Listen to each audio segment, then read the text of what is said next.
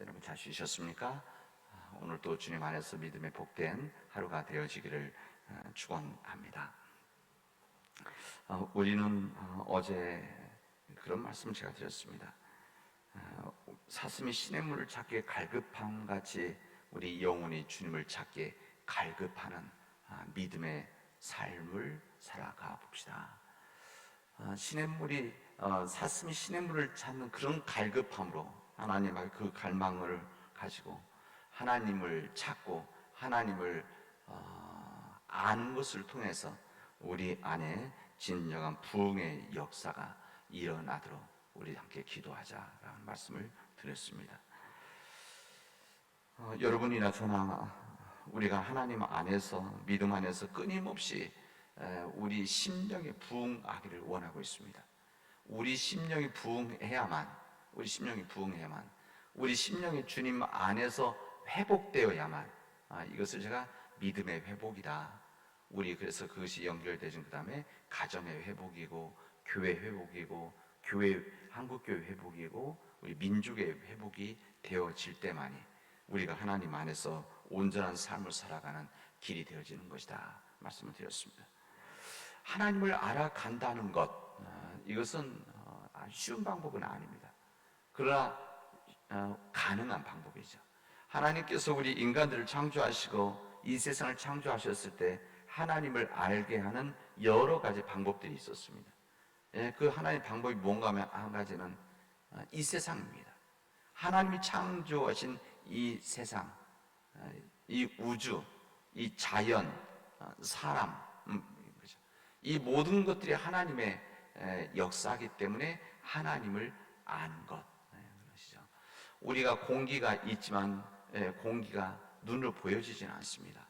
바람이 보여집니까? 바람 보여지지 않습니다. 그러나 바람이 불고 공기가 이동되어지는 바람이 불게 되어지면 나뭇잎이 흔들리고 나무가 흔들리는 것을 보면서 우리가 공기가 있다는 것을 아는 것처럼 우리가 하나님의 역사를 바라보면서 하나님이 계시다는 것을, 하나님이 살아계시다는 것을, 하나님이 역사하심을 보는 겁니다. 이 역사, 자연이 있다고 한다면 역사 또한, 하나님의 역사, 이 세상의 역사 또한 하나님이 임재하고 계심을 우리에게 알려주십니다. 이것을 구체적으로 성경은 이 구약 성경을 통해서 또 신약 성경도 우리에게 알려주십니다. 하나님께서 여러 민족이 있는데 하나님께서 우리 민족에게 오셨다고 한다면 훨씬 더 좋았을 텐데 하나님 뜻이 있으셔서 이스라엘 땅, 팔레스타인 땅, 이스라엘에 거기 있는 이스라엘 민족 가운데 임하셨던 겁니다. 그래서 이스라엘 민족들을 통해서 이스라엘 민족들의 역사를 통해서 하나님이 역사하고 계시다는 것을 우리에게 알려주십니다. 또 한 가지는 교회의 전통이라고 할 수가 있습니다. 지난 2000년 동안에 우리 교회를 통해서 2000년 동안의 교회들을 통해서 하나님이 역사하고 계시다는 것을 우리에게 보여주시고 교회를 통해서 예배를 통해서 하나님이 살아계심을 우리의 임재하고 계시다는 것을 알려주십니다. 이 모든 것들을 다 묶어서 하나님을 알려주는 가장 중요한 통로가 무엇인가? 하나님 말씀입니다. 하나님 말씀. 이 하나님의 말씀은 우리가 하나님을 알아가는 가장 강력한 통로라고 할 수가 있습니다. 우리는 하나님께서 우리가 허락해 주신 성경 말씀을 통해서 하나님을 알 수가 있고 알아가게 되어지는 겁니다.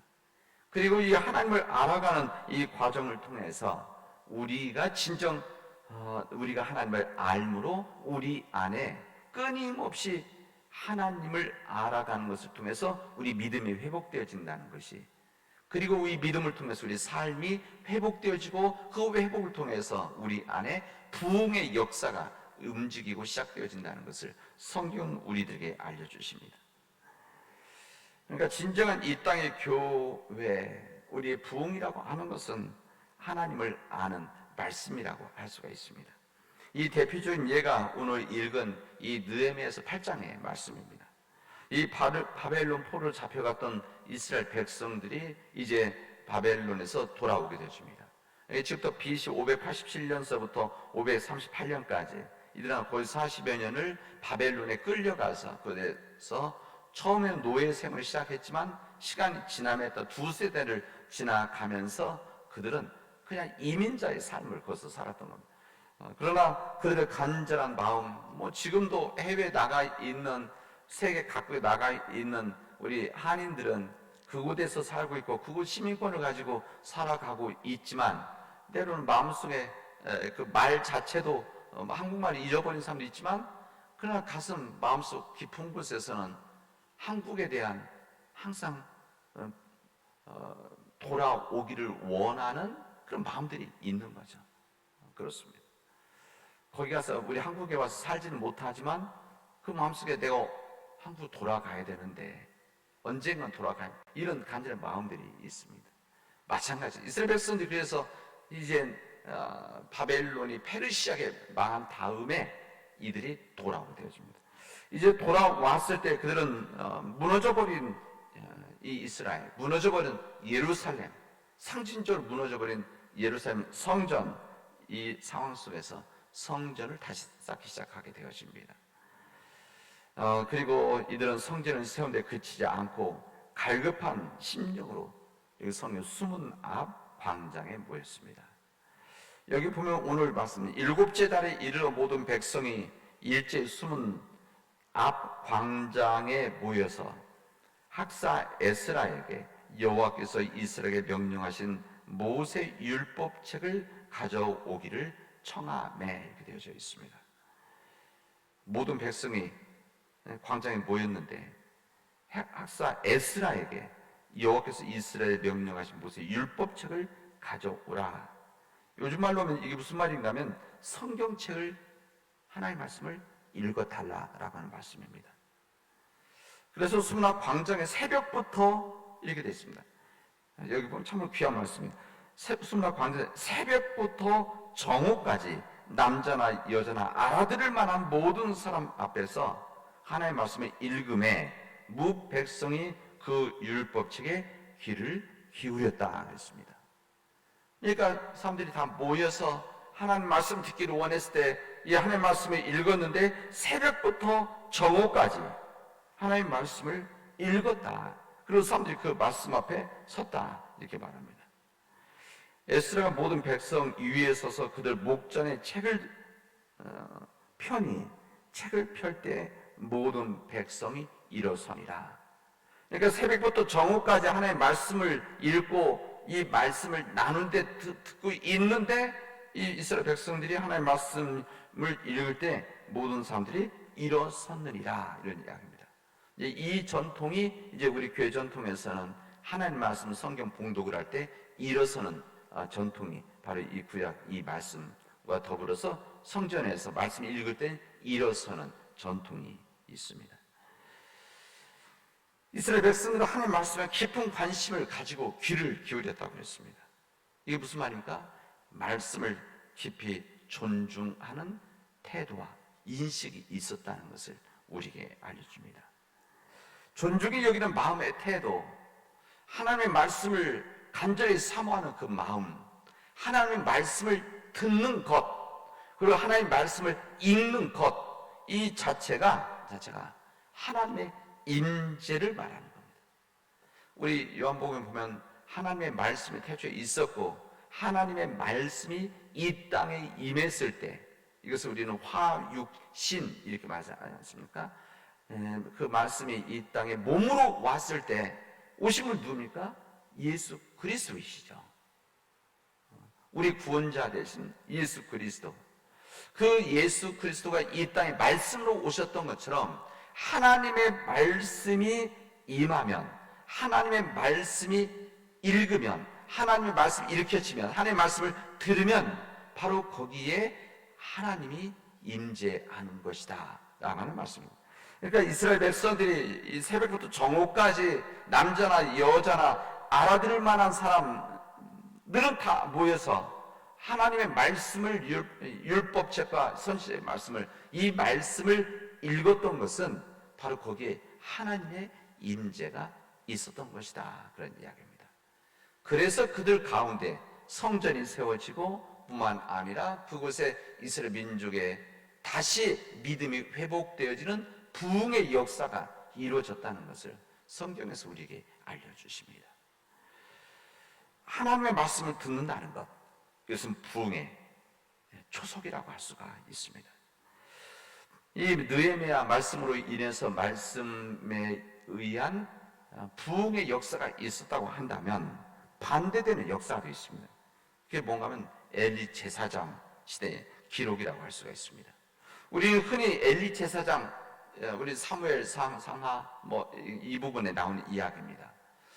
이 사무엘 시대 어린 사무엘, 이때 나왔던 이 엘리 제사장, 우리 흔히 엘리 제사장 이 암흑 시대다 이렇게 말을 하는데, 그 이유가 사무엘상 3장에 나와 있습니다. 3장 1절에 보면 이렇게 되어 있습니다.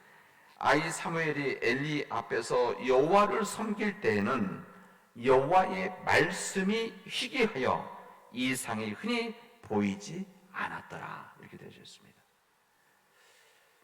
이게 무슨 말인가 하면 사무엘이 엘리 앞에서 어린 사무엘 여호와를 섬길 때 여호와의 말씀이 희귀해서, 할 말씀이 없어서, 거의 없어서 희귀해서 이상 비전이 보이지가 않았다, 할 영광이 보이지가 않았다, 이 말씀입니다. 무슨 말인가 하면 이 부흥의 시대와 영적 암흑 시대의 차이가 뭐라는 겁니까? 하나님의 말씀이라는 겁니다. 여호와의 말씀. 암흑 시대와 영적인 부흥의 시대에 가르는 기준이 뭐? 하나님 말씀이라는 겁니다. 하나님의 말씀이 흥왕하고 말씀 듣기를 원하고 선포되는 말씀을 소중히 여기게 되어질 때, 바로 여기에 부흥의 역사가 있다는 것을 우리가, 반대로 하나님 말씀이 희귀할 때, 하나님 말씀을 듣지 않을 때, 하나님 말씀이 읽혀지지 않을 때, 여기에 암흑 시대가 있다는 것을 우리에게 알려줍니다. 말씀이 전혀 들리지 않을 뿐만 아니라, 말씀이 들리지 않아도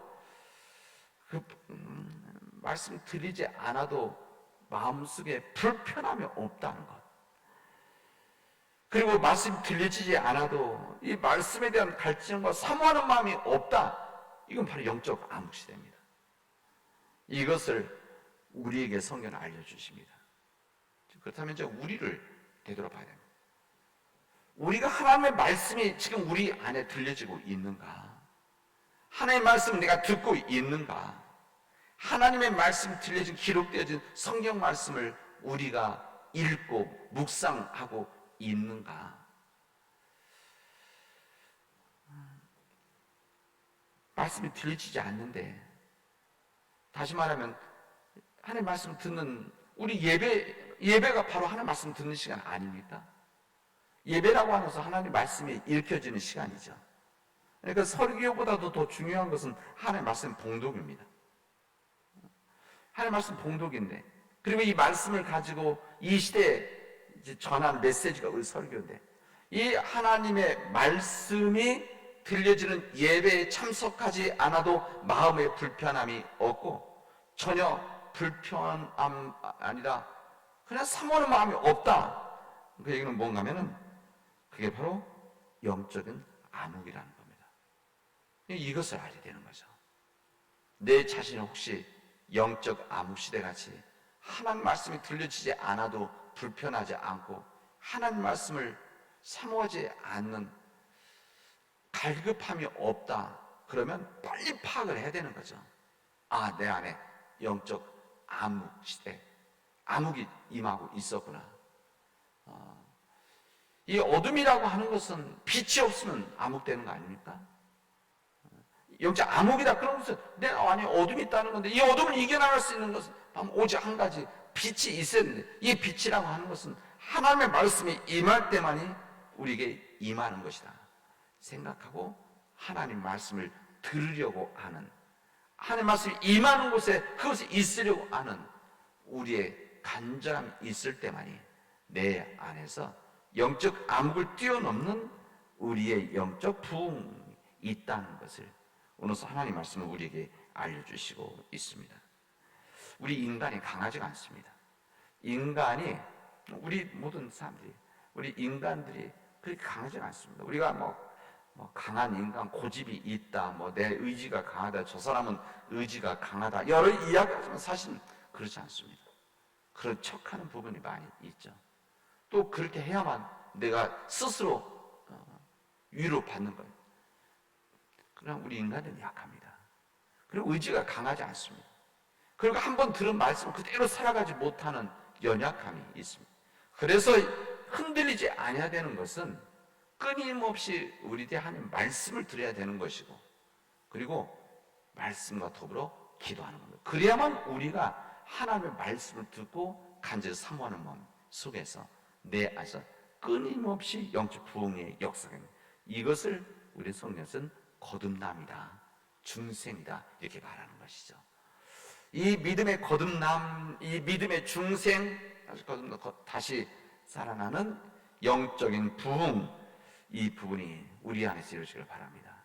우리 부흥의 모델을 보통 말하면 초대교회를 이야기합니다.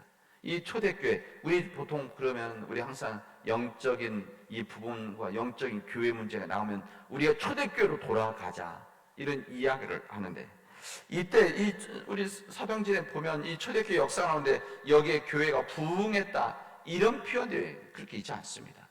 뭐라고 되어져 있는가 하면 부흥이라는 말을 그렇게 쓰지 않고 하나님의 말씀이 흥왕하여 더하더라 이렇게 되어져 있습니다. 하나님의 말씀이 흥왕하여 더하더라. 말씀이 흥왕하는 것은 부흥의 길입니다. 이 사도행전, 이 초대교회 부흥했다는 표현을 이렇게 썼던 것이죠. 말씀이 흥왕하였더라. 말씀이 흥왕하여 더하였더라. 우리 사랑 믿음의 교우 여러분, 그리고 이 시간 그리고 이 영상을 보고 나누고 있는 우리 모든 사랑하는 우리 교우 여러분, 우리 안에 말씀이 흥왕하는 그런 믿음의 길을 걸어가도록 합시다. 말씀이 흥왕하는 우리 교회가 되어지고 우리 가정들이 되어지고 내가 되어짐을 통해서 내 안에서 하나님 놀라운 부흥의 역사가 일어나기를 우리 간절히 기도하도록 합시다. 뿐만 아니라 우리 교우들, 그리고 우리 사랑하는 우리 가족들, 우리 자녀들 흩어져 있지만 우리의 말로 할 수 없는 이 부분을 하나님께서 역사하셔서 그들이 있는 곳에서 하나님의 말씀이 흥왕하는 그 삶을 통해서 영광 돌리는, 하나님 앞에 영광 돌리는, 그리고 이 세상에 희망이 되어지는, 그리고 주님 몸된 교회를 섬기는 믿음의 백성들, 자녀가 되어지를 우리 함께 기도하도록 합시다. 기도하겠습니다. 은혜가 풍성하신 하나님 감사합니다. 하나님, 우리 안에 말씀이 흥왕하여질 수도 인도하여 주시옵소서. 하나님의 말씀이 흥왕하여 내 삶 안에서 하나님의 역사가 더하여질 수 있도록 인도하여 주시옵기를 진심으로 원합니다. 하나님, 우리의 힘으로 감당할 수 없기에, 우리 능력으로 감당할 수 없기에 주님께 간구하오니 말씀이 흥왕하는 주님 내 심령이 되어지고 우리 가정이 되어지고 우리 교회가 되어질 수 있도록 인도하여 주시옵소서. 이 모든 말씀을 예수님의 이름으로 기도합니다.